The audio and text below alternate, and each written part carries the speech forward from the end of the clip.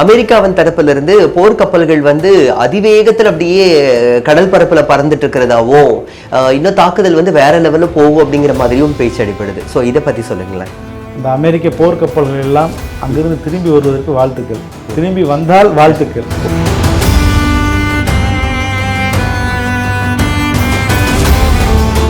ஈரானை விட பெரிய நெருக்கடியில் அமெரிக்கா தான் இருக்கு, ட்ரம்ப் தான் இருக்கிறார். ஆனால் ஒரு பக்கம் இஸ்ரேல் அவ்வளோதான், நாங்கள் அழிய போகிறோம் வாங்க அப்படின்னு சொல்லி கூப்பிட்டு இருக்கிறாங்க.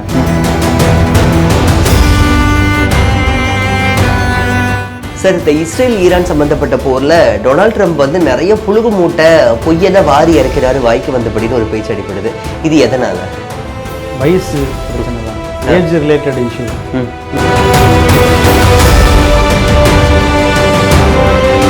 எப்படி காசாவில் இவங்க செஞ்சாங்களோ, காசாவில் இவங்க என்னென்ன அநியாயம்லாம் செஞ்சாங்களோ அது அவ்வளவும் இன்றைக்கு நடந்துட்டு இருக்கு. முற்பகல் செய்யின் பிற்பகல் தானே 100க்கு 200% சரியாகிருக்கு. நெதன்யாகு பங்கர்ல போய் ஒளிஞ்சுக்கிறாரு, அவருக்கு பல கட்ட பாதுகாப்பு இருக்கு. பட் அங்க இருக்கக்கூடிய சாதாரண இஸ்ரேலியருக்கு என்ன பாதுகாப்பு இருக்கு? குழந்தைகள் இருப்பாங்க, குழந்தைகளுக்கு என்ன தெரியும்? ஈரான் ஏற்கனவே பல முறை எச்சரிக்கை விடுத்திருந்தாங்க, உங்களுடைய பங்கர்ஸ் உங்களுக்கு சேஃப் கிடையாது. இன்றைக்கு ஐஆர்ஜிசியினுடைய அந்த கமாண்டர்ஸ் என்ன சொன்னாங்கன்னா, பங்கர் ஒன்று பங்கர்ல கடந்து சாவுங்க, இல்லைன்னா இஸ்ரேல் விட்டு தப்பிச்சு ஓடுங்க அப்படின்னு சொல்லி எச்சரிக்கை கொடுத்துருந்தாங்க. ஒரு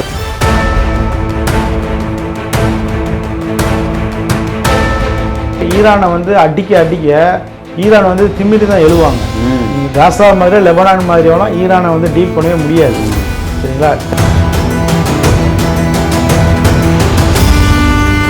தொடர்ந்து வியாழக்கிழமை காலையில் கொம்பனை களம் இருக்கிறது அப்படிங்கிற மாதிரி ஒரு முக்கியமான ஏவுகணை மூலமாக தாக்குதலை ஈரான் தொடங்கியிருக்கிறாங்க.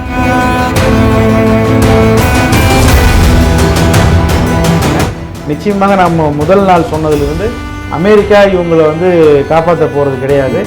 அமெரிக்காவே என்ன செய்யுதுன்னு தெரியாமல் டொனால்ட் ட்ரம்ப் உளறிட்டு இருக்கிறத நம்ம பார்க்க முடியுது. இந்த கடற்படை மூலமாக போய் ஏமனை அட்டாக் பண்றது அப்படின்னு ஒரு திட்டத்தை முன்மொழியும் போது உலகத்துல எந்த நாடுமே அதுக்கு முன் வரல. அதே போல அமெரிக்காவுடைய கூட்டாளிகளாக இருக்கக்கூடிய சவுதி அரேபியா மாதிரியான அந்த அரபு நாடுகளும் முன் வரல.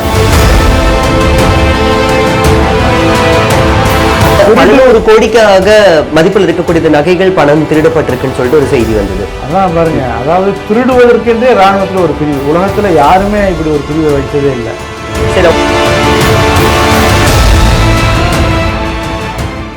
Q7 நேயர்களுக்கு வணக்கம். நான் RJ பரணி. உலகம் முழுக்க கடந்த ஒரு வாரமா பேசும் பொருளா பரபரப்பா இருக்கக்கூடிய ஒரு விஷயம் அப்படின்னா இஸ்ரேல் ஈரான் சம்பந்தப்பட்ட அந்த போர் விஷயம் தான். ஸோ கிட்டத்தட்ட இரு நாடுகளும் மாறி மாறி தாக்குதல் நடத்துறதுனால அடுத்து என்ன நடக்கும் அப்படிங்கிற ஒரு எதிர்பார்ப்பு தான் எல்லாத்துக்கிட்டே ஒரு அச்சத்தோட இருந்துட்டு இருக்கு.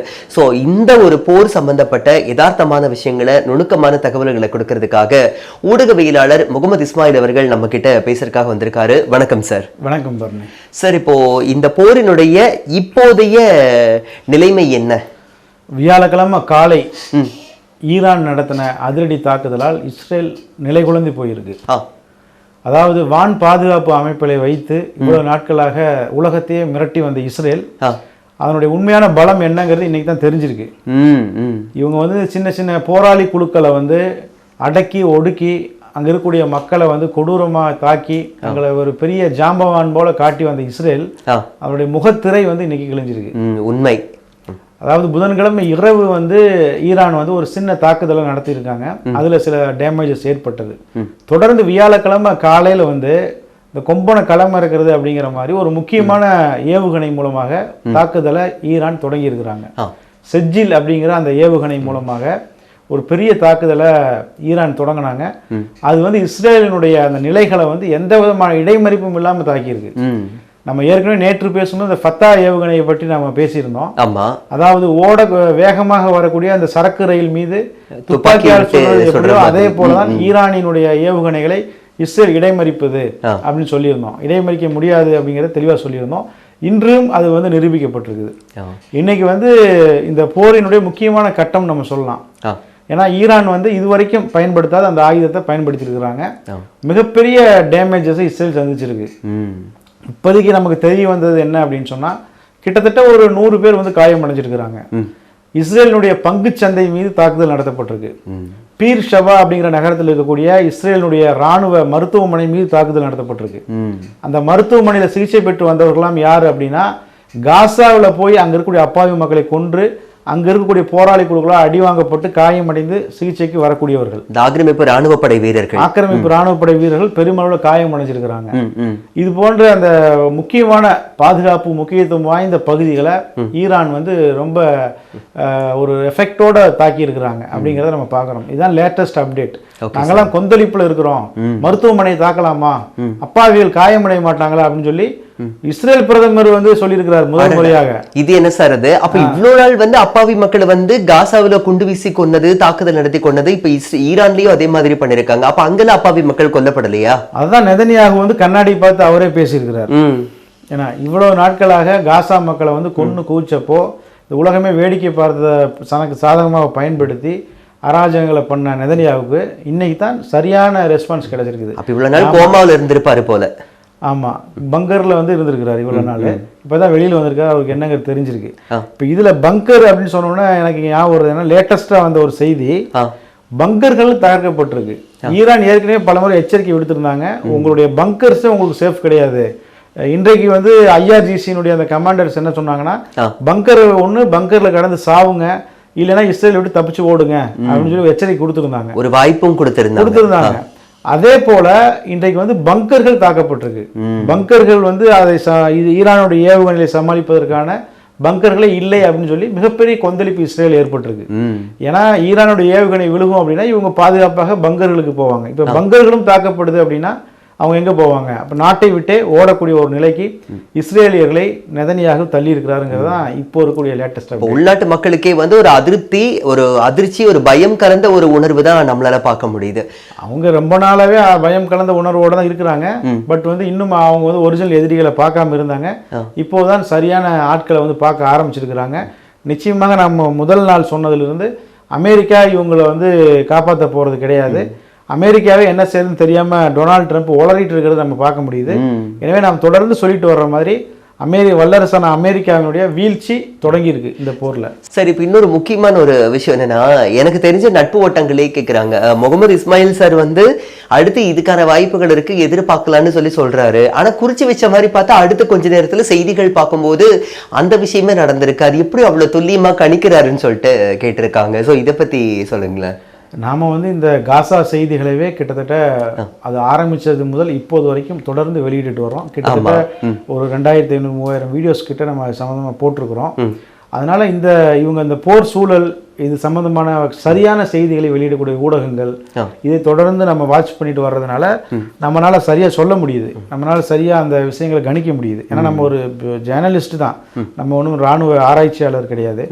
பட் அந்த நம்ம தொடர்ந்து படிக்கும்போது அந்த அவங்க கொடுக்கக்கூடிய அந்த ஆயுதங்களை பட்ட இன்ஃபர்மேஷன், அவங்க ஒவ்வொரு மிலிட்டரியோட கேப்பபிலிட்டிஸ் அதை பத்தி நம்ம நல்லா புரிஞ்சுக்க முடியறதுனால நம்ம கரெக்டா சொல்றோம். அந்த வியூகம் வந்து பக்காவா ஒர்க் அவுட் ஆகி வருது. ஆமா, கண்டிப்பா வந்து அது கரெக்டா வருது, அவ்வளவுதான். Okay sir. அதே மாதிரி இப்போ இந்த ஈரான் இஸ்ரேல் போர்ல வந்துட்டு ட்ரம்ப் அந்த அமெரிக்கா வந்து களமிறங்கணும், ஆனா இதை பம்பிக்கிட்டு பம்மாத்து வேலை பாக்குறாங்க அப்படிங்கிற மாதிரி தோணுதோன்னு சொல்லிட்டு பேச்சு அடிபடுது. இதை பத்தி என்ன நினைக்கிறீங்க சார்? இன்னைக்கு வந்து ஈரானை விட பெரிய நெருக்கடியில அமெரிக்கா தான் இருக்கு, ட்ரம்ப் தான் இருக்கிறார். ஏன்னா ஒரு பக்கம் இஸ்ரேல் வந்து அவ்வளவுதான் நாங்க அழிய போகிறோம் வாங்க அப்படின்னு சொல்லி கூப்பிட்டு இருக்கிறாங்க. 10-12 நாட்களுக்குள்ள இஸ்ரேலினுடைய கேப்பபிலிட்டி எல்லாமே போயிடும். இப்பவே போயிடுச்சு.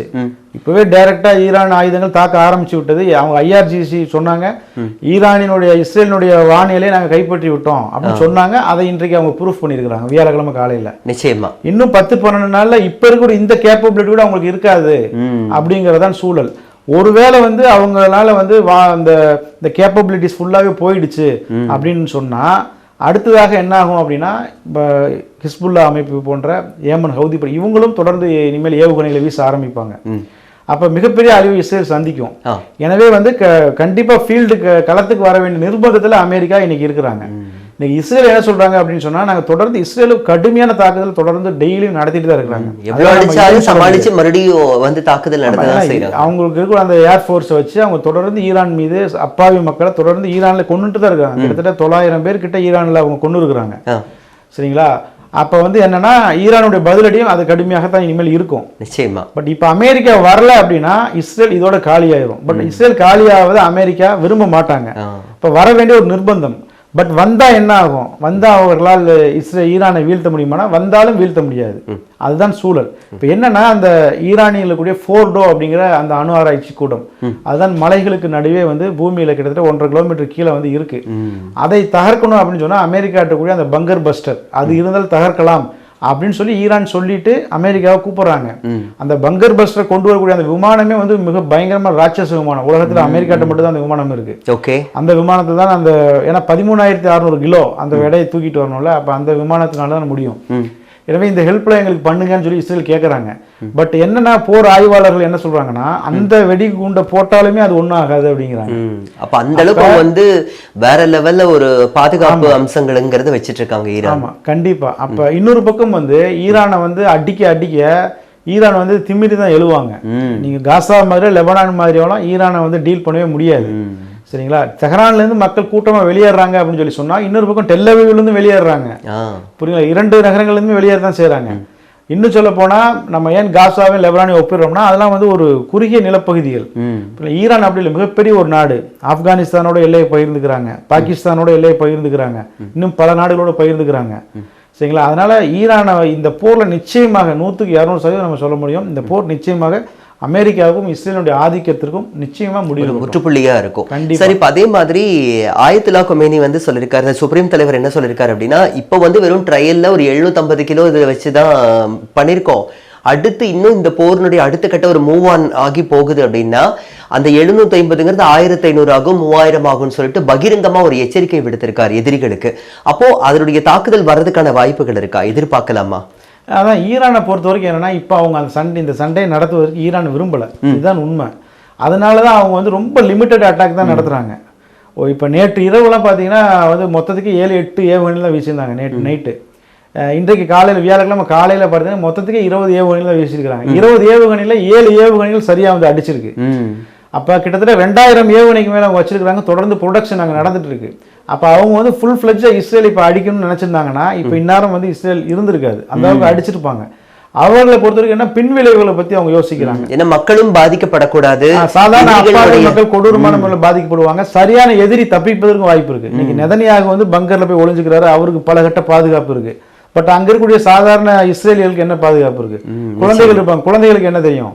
இவன் வந்து குழந்தைகளை கொல்லலாம், பட் அதே போல ஈரான் வந்து குழந்தைகளை கொல்ல மாட்டாங்க. சரிங்களா? அதனால அவங்க ரொம்ப லிமிட்டட் அட்டாக் தான் பண்றாங்க. கண்டிப்பா அப்பாவிகள் கொல்லப்படுவாங்க, குறிப்பாக குழந்தைகள் கொல்லப்படுவாங்க. பெண்கள் கூட விட்டுருங்க, பெண்களுமே அங்க வந்து ராணுவத்தில் தான் இருக்கிறாங்க. ஈரானிய இஸ்ரேலிய பெண்களுமே வந்து என்ன செய்யறாங்க, அவங்க பங்குக்கு அவங்களும் போய் அப்பாவிகள் கொல்லத்தான் செய்யறாங்க.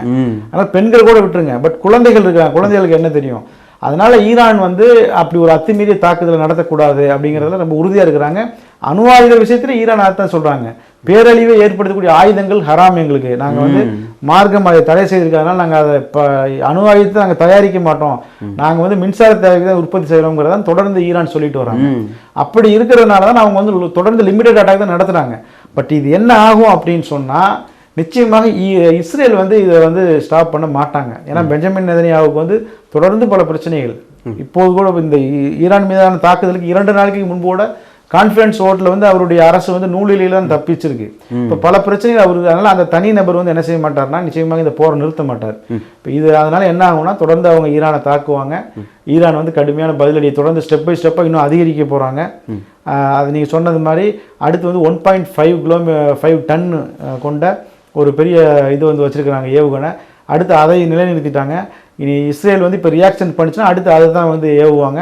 இதை தடுக்கக்கூடிய இது வந்து கெப்பாசிட்டி இஸ்ரேல்கிட்ட வந்து இல்லை.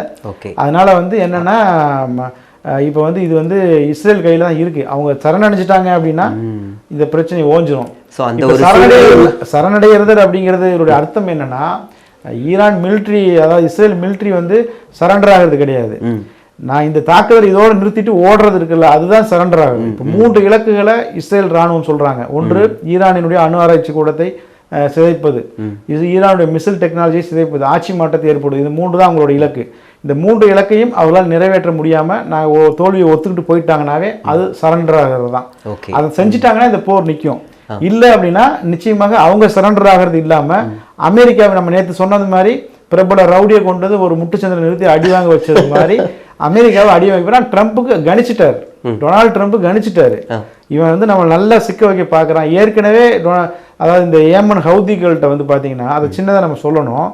ஏமன் ஹவுதிகளை ஒடுக்குவதற்காக பைடன் அரசாங்கம் என்ன செய்யறாங்கன்னா உலகத்தில் உள்ள எல்லா நாடுகளோடும் பேசுறாங்க. பேசி கூட்டு இராணுவத்தை கூட்டு கடற்படையை ஏற்படுத்தி அந்த கடற்படையின் மூலமாக போய் ஏமன் அட்டாக் பண்றது அப்படின்னு ஒரு திட்டத்தை முன்மொழியும் போது உலகத்துல எந்த நாடுமே அதுக்கு முன் வரல. அதே போல அமெரிக்காவுடைய கூட்டாளிகளாக இருக்கக்கூடிய சவுதி அரேபியா மாதிரியான அந்த அரபு நாடுகளும் முன் வரல. அரபு நாடுகள் அமெரிக்காவுக்கு வந்து பெரிய சேவம் செஞ்சாலும் இப்ப அவங்க நிலைமை உணர்ந்துட்டாங்க. இப்ப அமெரிக்காவினுடைய அந்த கிரிப்புங்கிறது தொடர்ந்து வந்து லூஸ் ஆகிட்டே இருக்கு. இதற்கு பிறகு நம்ம அமெரிக்காவை நம்புறதுல வந்து பிரயோஜனம் இல்லைங்கிற ஒரு நிலைக்கு இப்ப அவங்க வந்துட்டு இருக்கிறாங்க. இப்போ அவங்களும் முடியாதுன்ட்டாங்க. கடைசியில் பார்த்தீங்கன்னா அமெரிக்காவும் இன்னும் சின்ன சின்ன குட்டி நாடுகளும் சேர்ந்து ஒரு 4-5 நாடுகள் சேர்ந்து இத்தாலி ஜெர்மனோடு வர மாட்டேன்ட்டான் அமெரிக்காவை நம்பி ஹவுதிகள் அடிக்கிறதுக்கு. ஏன்னா உலகத்தினுடைய நிலை இன்னைக்கு அதுதான். அமெரிக்கானால வந்து ஒரு இன்னொரு போரை செய்வதற்கெல்லாம் இன்னைக்கு கெப்பாசிட்டி அமெரிக்காட்ட இல்லை. உலகத்தில் எந்த நாட்டும் கிடையாது. நீ போரை யாரும் செய்ய முடியாது. சரிங்களா? அதனால வந்து இது வந்து அமெரிக்காவுக்கு நல்லாவே தெரியும். இப்போ ஈரானை அட்டாக் பண்ணால் அடுத்து ஈரான் வந்து பூ பறிச்சுட்டு இருக்க மாட்டாங்க. கண்டிப்பாக 50,000 அமெரிக்க வீரர்கள் மத்திய கிழக்கில் இருக்கிறாங்க. அங்கங்கே பேசஸ் இருக்குது. எல்லா பேஸையும் துவைச்சு காய போட்டுருவாங்க. அது அமெரிக்காவுக்கு நல்லா தெரிஞ்சதுனால அமெரிக்கா வர மாட்டேங்குது. Okay sir. இப்போ அதே மாதிரி இன்னொரு விஷயம் கேள்விப்பட்டேன் சார். காசாவில் ஏற்கனவே அந்த பாதிப்புகள் ஏற்படுத்திட்டு அங்கே அந்த கொலை செய்யப்பட்ட அந்த மக்களுடைய வீட்டில எல்லாம் இஸ்ரேலுடைய ராணுவ அதிகாரிகளை திருடுறாங்க அப்படிங்கிற ஒரு விஷயம் வந்து ஒரு கேவலமான ஒரு செய்தி வந்து அங்க நடந்திருக்கு. இந்த சம்பவத்தை நீங்க எந்த கண்ணோட்டத்துல பாக்குறீங்க? அவன் எவ்வளவு கேவலம்னு பாருங்க. ஒரு ராணுவம் வந்து பல ஒரு கோடிக்காக மதிப்பில் இருக்கக்கூடிய நகைகள் பணம் திருடப்பட்டிருக்குன்னு சொல்லிட்டு ஒரு செய்தி வந்தது. அதான் பாருங்க. அதாவது திருடுவதற்கென்றே ராணுவத்துல ஒரு பிரிவு. உலகத்துல யாருமே இப்படி ஒரு பிரிவை வச்சதே இல்லை.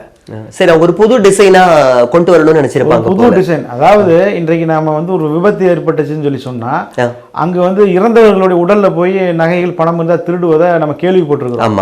அதையே மிக கேவலமான ஒரு செயல் அது.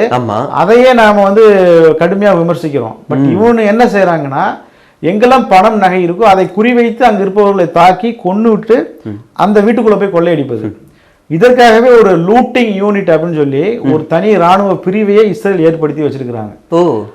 அதற்கு ஒரு கேப்டன், அதற்கு ஒரு டெப்டி கேப்டன்லாம் போட்டு இவங்க வேலை என்னன்னா அதிகமான வீடுகளை போய் அட்டாக் பண்றது. நல்ல எந்த வசதியான வீடுகள் இருக்குதோ, வசதியான இடங்கள் இருக்குதோ அங்கே போய் அட்டாக் பண்ணி வங்கிகள், நிதி நிறுவனங்களை போய் அட்டாக் பண்ணி அங்கே இருக்கக்கூடிய பணம் நகை என்னெல்லாம் கிடைக்குதோ எல்லாத்தையும் சுருட்டி கொண்டு வந்து இஸ்ரேல் கவர்மெண்ட் கொடுப்பதற்கு ஒரு படை. ஏன் அப்படின்னா இப்போ இது வந்து ஏன் இந்த யூனிட்டை தனியாக வச்சிருக்கிறான் அப்படின்னா அப்படி வைக்கல அப்படின்னா அவன் போய் கொள்ளடிக்க ஆரம்பிச்சிருவான். இதனால நெதன்யாவுக்கு என்ன லாபம் அப்படின்னு சொல்லிட்டு அதற்கே ஒரு படையை வந்து ஏற்படுத்தி இப்படி செஞ்சிருக்கிறாங்க. காசாவில், லெபனான்ல, சிரியாவில் இந்த மாதிரி செஞ்சிருக்கிறாங்க. நீங்க சொன்னது மாதிரி கிட்டத்தட்ட 242 கோடி ரூபாய் பணத்தை மக்களை கொன்று அவருடைய பணம் நகைகளை இஸ்ரேல் ராணுவம் வந்து கொள்ளையடிச்சிருக்கிறாங்க அப்படிங்கிற செய்தி. இந்த செய்தி வந்து ஏன் வந்து வெளியில இப்ப வந்திருக்கு அப்படின்னா இஸ்ரேல்ல இப்ப அது அப்படி நடந்துட்டு இருக்குது. இவங்க வந்து எப்படி காசாவில் செஞ்சாங்களோ, காசாவில் இவங்க என்னென்ன அநியாயம்லாம் செஞ்சாங்களோ அது அவ்வளவும் இன்றைக்கு வந்து இஸ்ரேல்ல நடந்துட்டு இருக்கு. முற்பகல் செய்யின் பிற்பகல் தாமே 100க்கு 200% சரியாகி இருக்கு. எப்படி காசாவில் வந்து கட்டிடங்கள் மீது குண்டு போட்டு அதில் சிக்கி இருக்க அதில் மக்கள் சிக்கி சின்னாவனமானாங்களோ அதே நிலைமை தான் இன்றைக்கு காலையில் டெல் அவிவில் ஏற்பட்டிருக்குது. அதே போல வந்து குண்டு வீசி அதே போல இடிபாடுகளில் மக்கள் சிக்கி இஸ்ரேல் செட்டிலர்கள் சிக்கி அவங்கள வந்து மீட்டு கொண்டு போயிருக்கிறாங்க. அதே போல பார்த்தீங்கன்னா காசாவில் அங்கெல்லாம் இங்கெல்லாம் எப்படி கொள்ளையடிச்சாங்களோ அதே மாதிரி இன்னைக்கு வந்து இஸ்ரேலில் வந்து ஈரான் குண்டு வீசுது அப்படின்னு சொல்லி அனௌன்ஸ்மெண்ட் வந்தவொடனே செட்டிலர்ஸ்கள் எல்லாமே வீட்டை விட்டுட்டு பங்கர்களுக்கு ஓடி போயிடுறாங்க.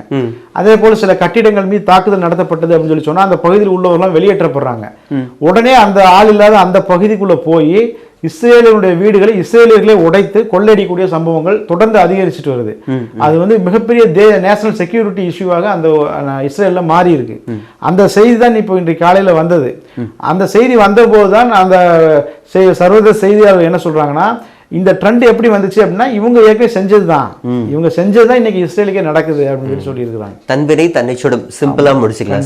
கண்டிப்பா சார், இப்போ ஆயுத பலம் அப்படின்னு பார்க்கும்போது ஈரான் கிட்ட அதிகமா இருக்கா இல்ல இஸ்ரேல் கிட்ட அதிகமா இருக்கா? இந்த படைபலம், ஆயுத பலம், இதை பத்தி சொல்லுங்களேன். ஆயுத பலம் யார்கிட்ட அதிகமாக இருக்கு அப்படிங்கிறத விட நவீன ஆயுதங்கள் யாரிடம் இருக்கு, அதை அவங்க எப்படி யூஸ் பண்றாங்கிறது தான் போரினுடைய வெற்றி தோல்விகளை தீர்மானிக்கும். குறிப்பாக வந்து நம்ம இராணுவ வீரர்களுடைய எண்ணிக்கை வைத்துலாம் இன்றைக்கு வந்து போர்களை வந்து நடத்த முடியாது. ராணுவ வீரர்களுடைய எண்ணிக்கையை வைத்து இன்றைக்கு போர்கள் நம்ம நடத்த முடியாது. இன்னைக்கு நவீன டெக்னாலஜியை வச்சு தான் இந்த போர்களை நடத்த முடியும், போர்களில் வெற்றி தோல்விகளை நம்ம தீர்மானிக்க முடியும். அந்த வகையில் பார்க்கும்போது எல்லாருமே ஒப்பிடுவாங்க, ஈரானுக்கு இவ்வளோ இராணுவம் இருக்குது, ஈரான்ட்டு இவ்வளோ விமானங்கள் இருக்குது, இதெல்லாம் ஒப்பிடுவாங்க. பட் என்ன அப்படின்னா, ஈரான் ஒரு பெரிய நாடு அப்படிங்கிறதுனால அவர்களுக்கு வந்து இராணுவ வீரர்கள் அதிகம், ரிசர்வ் வீரர்கள் அதிகம், போர் கப்பல்கள் அதிகம், அதே போல் போர் விமானங்கள் வந்து கணிசமாக இருக்குது. இதெல்லாம் நம்ம பார்க்குறோம். இஸ்ரேலை பொறுத்த வரைக்கும் இது எல்லாமே குறைவு, பட் போர் விமானங்கள் மட்டும் அதிகம். சரிங்களா? போர் விமானங்கள் என்ன இன்றைக்கு வந்து ஒரு போர் அப்படிங்கிறது வானத்தை வச்சு தான் போர். ஏர் டிஃபென்ஸில் வந்து யார் ஸ்ட்ராங்காக இருக்கிறாங்க, அது போல் அட்டாக் பண்ணுறதுல வந்து யார் வந்து ஸ்ட்ராங்காக இருக்காங்களோ அதுதான் வெற்றி தோல்வி இன்றைக்கு தீர்மானிக்கும். அந்த வகையில் வந்து இஸ்ரேலுக்கு வந்து எல்லாருமே கதவுகளை திறந்து விட்டுருக்குறாங்களே. இஸ்ரேலுக்கு என்ன தேவையோ அது உடனே கிடைச்சிரும்.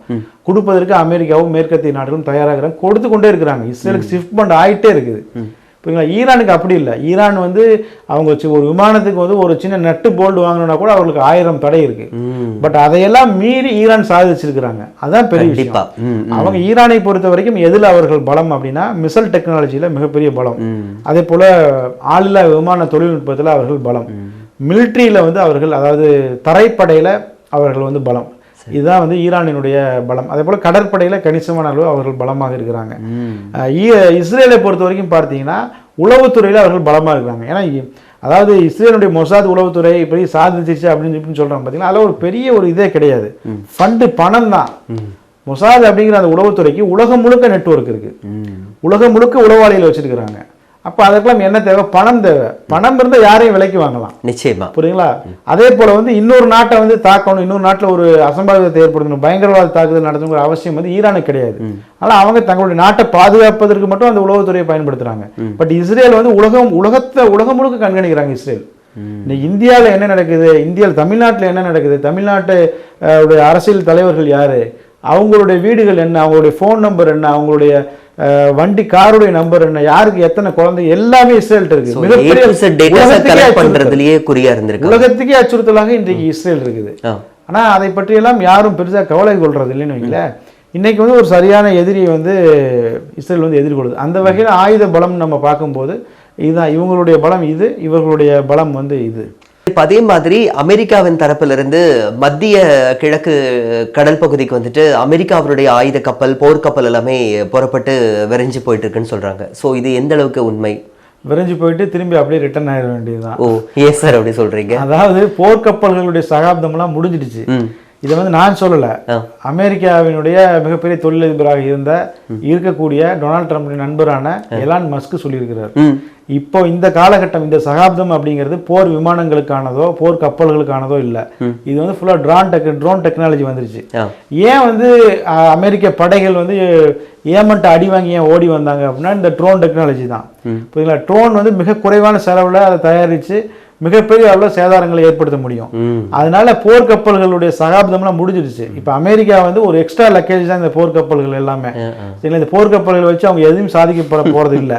நிச்சயமாக இந்த போர்க்கப்பல், அதான் நான் சொல்றேன், திரும்ப நான் ஏன் சொல்றேன்னா, நான் வந்து இந்த அமெரிக்காவுடைய பலம் என்ன, அவர்களால் என்னெல்லாம் செய்ய முடியும், ஈரானுடைய பலம் என்ன, அவர்களால் எவ்வளவு தூரம் சமாளிக்க முடியும், இதை எல்லாவற்றையும் ஆய்வு செய்து பல சர்வதேச பத்திரிகையாளர்கள் பல கட்டுரைகள் எழுதியிருக்கிறாங்க.